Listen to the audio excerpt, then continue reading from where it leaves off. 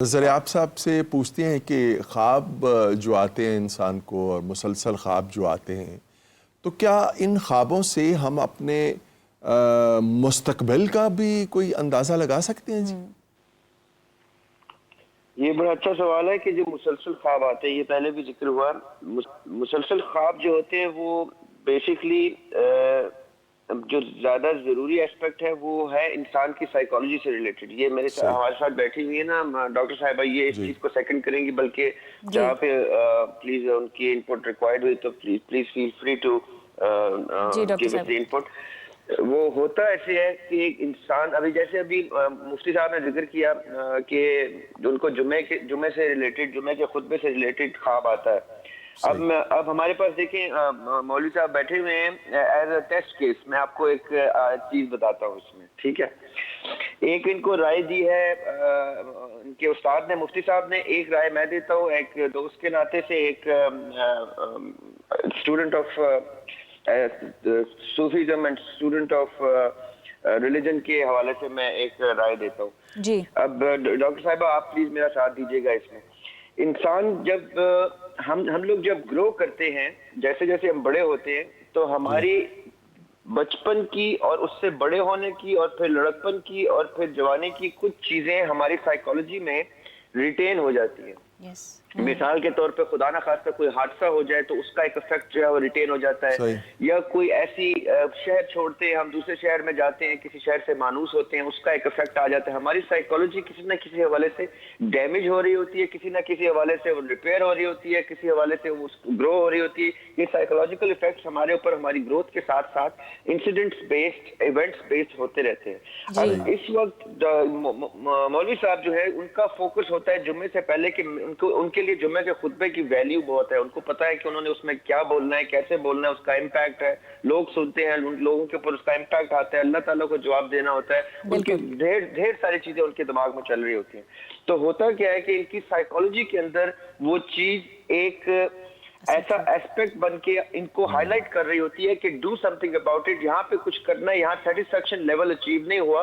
अब जब मैं ख्वाब के रेल्म में जाऊंगा या किसी भी सिचुएशन में जाऊंगा, मैं सबकॉन्शियसली अपने इस ब्रोकन पार्ट को हील करने के लिए अलार्म बेल जनरेट करता रहूंगा। सही। इसी तरह बचपन के कई ख्वाब रिपीट होते हैं। बचपन में हमारी साइकोलॉजी किसी वजह से कहीं पे कोई डैमेज हो जाता है, तो जवानी में भी हम ख्वाब उसी जगह के, उसी घर के, उसी मोमेंट के देखते रहते हैं। और वो हमारा अपना आप हमें बता रहा होता है कि हमारी जिंदगी के कौन से एस्पेक्ट में हम सबसे ज्यादा परेशान रहते हैं, कौन से एस्पेक्ट में सबसे ज्यादा खुशी होती है, कहाँ डैमेज हुआ है।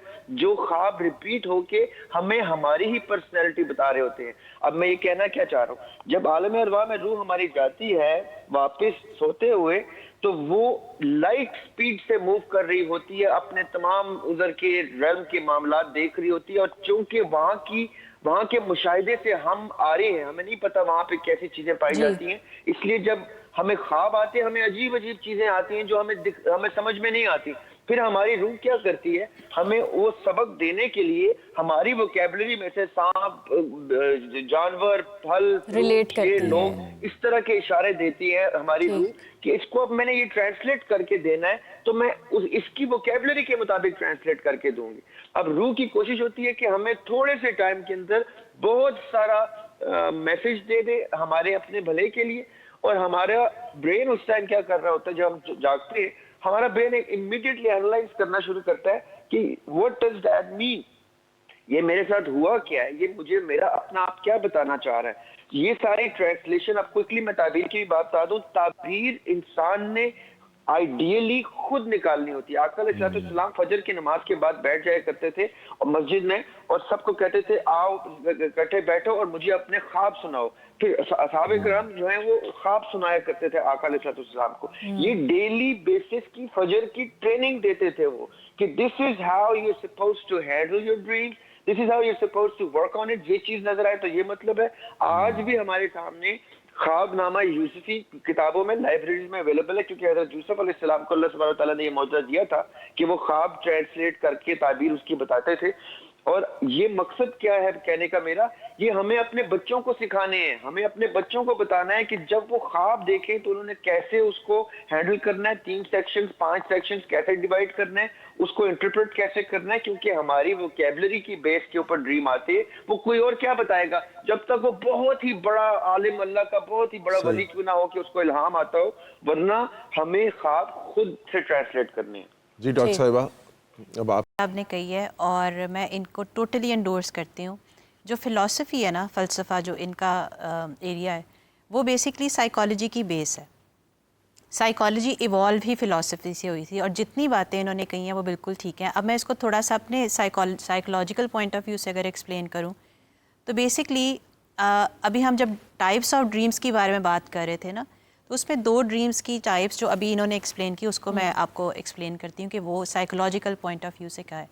जो अभी इन्होंने बताया कि जुमे की नमाज और खुतबे से रिलेटेड इनको ख्वाब आता है और इस तरीके से कि इनको परेशानी होती है, इसको कहते हैं रिकरेंट ड्रीम्स। जी, बार बार आने वाले। रिकरिंग ड्रीम्स जो कि बार बार आ रहे होते हैं। वो इस वजह से कि आपकी जो नफ्सियात है, आपका जो माइंड है, उसमें एक परेशानी है, एक एंग्जाइटी है, एक बहुत ज़्यादा कंसर्न है किसी चीज़ के बारे में, और वो आपने अपने हवास पे इतना ज़्यादा सवार किया हुआ है कि आपका ब्रेन जो उस पर वो जाके खुब गया है। हाँ जी। जब भी आप स्लीपिंग मोड में होते हैं तो वो ब्रेन जो है वो आपको एक सिग्नल देता है कि this is something which should be done. ये वो चीज़ है जिसको कंप्लीट करना है, you have to do it at any cost. Physiological aspects में हील करने के लिए।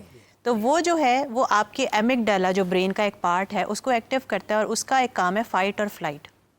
वो आपको आने वाली थ्रेट के लिए पहले वार्न करता है और फिर आप अपने आप को, अपनी बिहेवियर को स्ट्रेंथन करते हैं कि ओके फाइन, जब इस तरह की सिचुएशन होगी मैंने ये करना है। आपको एक जैसे कहते हैं ना कि पहले से तैयारी करवाई जाती है कि आपने ये काम करना है। This is recurring dream.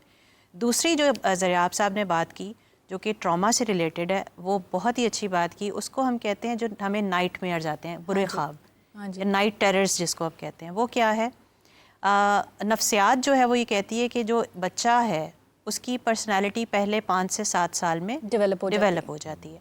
अब वो पहले 5 से 7 साल जो है वो एक रिसीविंग मोड में है, वो एब्जॉर्ब कर रहा है हर तरफ से, अपने पेरेंट्स से, अपने स्कूल से, अपने फ्रेंड्स से, हर एनवायरनमेंट से ही और she is learning and taking what ever is coming. उसमें उसकी पेरेंटिंग भी इन्वॉल्व है कि पेरेंट्स कैसे डील कर रहे हैं, उसका अब्यूज़ भी इन्वॉल्व है, उसकी स्कूल में हरासमेंट भी इन्वॉल्व है, बुलिंग भी इन्वॉल्व है और बहुत सारे एक्सपेक्ट्स। ये जो नाइटमेयर्स हैं ये बेसिकली इस वजह से आते हैं या डिपेक्ट करते हैं कि आप अपनी लाइफ में जिस ट्रॉमेटिक एक्सपीरियंस से गुजरे हैं या जिस तरह के तकलीफ मराहिल से गुजरे हैं वो आपके अनकॉन्शियस में बैठ गए हैं, क्योंकि वक्ती तौर पे तो आपने उनसे डील कर लिया जी, लेकिन वो आपके अनकॉन्शियस माइंड में जाके स्टक हो गए हैं क्योंकि आपने जानबूझ के उनको रिप्रेस कर लिया। अच्छा डॉक्टर साहिबा, एक और बड़ा इंटरेस्टिंग पॉइंट ज़रियाब साहब ने रेज़ किया और अगर इसका जवाब अभी नहीं आएगा तो फिर बाद में जो है वो और चीज़ें आ जाएंगी। इन्होंने कहा कि बचपन में या पहले से जो इंसिडेंट हुए होते हैं उनके ख्वाब हमें आते हैं, लेकिन बाज़ औक़ात ऐसा होता है कि कुछ ख्वाब हम पहले देखते हैं तो बाद में भी हम जब रियलिटी में उस चीज़ को फेस करते हैं तो हम रिलेट करने लगते हैं कि ये तो मैंने ख्वाब में देखा हुआ है। अक्सर औक़ात जगहों के बारे में ऐसा होता है कि मुझे लगता है मैं ख्वाब में तो पहले इस जगह पर फिर चुकी हूँ। जी बिल्कुल। तो ये क्या मामला होता है? ये मामला ये है कि हम अभी जैसे बिल्कुल शुरू में मैंने एक चीज़ एक्सप्लेन की थी कि ये जो अल्लाह ताला ने हमें दिमाग दिया ना, ब्रेन दिया, ये एक बहुत ही कमाल की चीज़ है। आप इस चीज़ को बिलीव करेंगी या नहीं, आप अपने दिमाग का सही इस्तेमाल करें तो आप अपने आसपास वो कर सकते हैं जो आप करवाना चाहते हैं। This is your thought power, cognitive power होती है। अब जो हम बचपन में किसी भी प्रॉब्लम से गुजरते हैं और वो हमारे अनकॉन्शियस में बैठ जाता है और हम ख्वाब की सूरत में उसको देखते हैं तो हमारी जो ब्रेन में हमने चीज़ें सीखी हुई हैं ना, वही वोकैबुलरी, जैसे हम सांप देख रहे हैं, हम हशरात देख रहे हैं, हम जानवर देख रहे हैं या हम अच्छी चीज़ें देख रहे हैं बिकॉज हमने वो चीज़ें ही लर्न की हैं। और एक बहुत ही अच्छी बात जो इन्होंने कही थी ज़रियाब साहब ने कि हम जो ख्वाब देखते हैं उसकी ताबीर हम ही कर सकते हैं बिकॉज हर एक इंसान का हर तरह का एनवायरनमेंट फ़र्क है, उसकी लर्निंग फ़र्क है, उसके एक्सपीरियंसेस फ़र्क है और सबसे इंपॉर्टेंट चीज़, एक चीज़ यहाँ पे मैं ऐड करूँगी, हमारी मेमोरी। हमारी जो याददाश्त है वो डिफरेंट है। कैसे? याददाश्त जो उसकी भी 3 टाइप्स होती हैं, उसमें से एक टाइप है जिसको शॉर्ट टर्म मेमोरी कहते हैं, वो 30 सेकेंड्स की है, और लॉन्ग टर्म मेमोरी वो है जो बचपन से लेके जब तक आपकी लाइफ ख़त्म नहीं हो जाती, आपने जो चीज़ें लर्न की हैं वो आपने प्रैक्टिस की है, उसको रिवाइज़ किया है या उसका इम्पैक्ट आपके ऊपर इतना है कि वो आपके लॉन्ग टर्म में जाके स्टक हो गया, which can be so many things. तो आपने जो सीखा है, जो मेमोराइज़ किया है, वही चीज़ें फिर आपके ख्वाब में आपको वो चीज़ें नज़र आएंगी। इसी वजह से अगर कोई ख्वाब में आग सर्दी में देख रहा है तो इसका ताबीर और है, गर्मी में देख रहा है तो उसकी ताबीर और है। और ये बहुत हद तक हालात पर्सनल फर्क है। एक्सपीरियंस के साथ ये वेरी करती है चीज़। इसी नुक्ते से हम आगे भी बढ़ेंगे।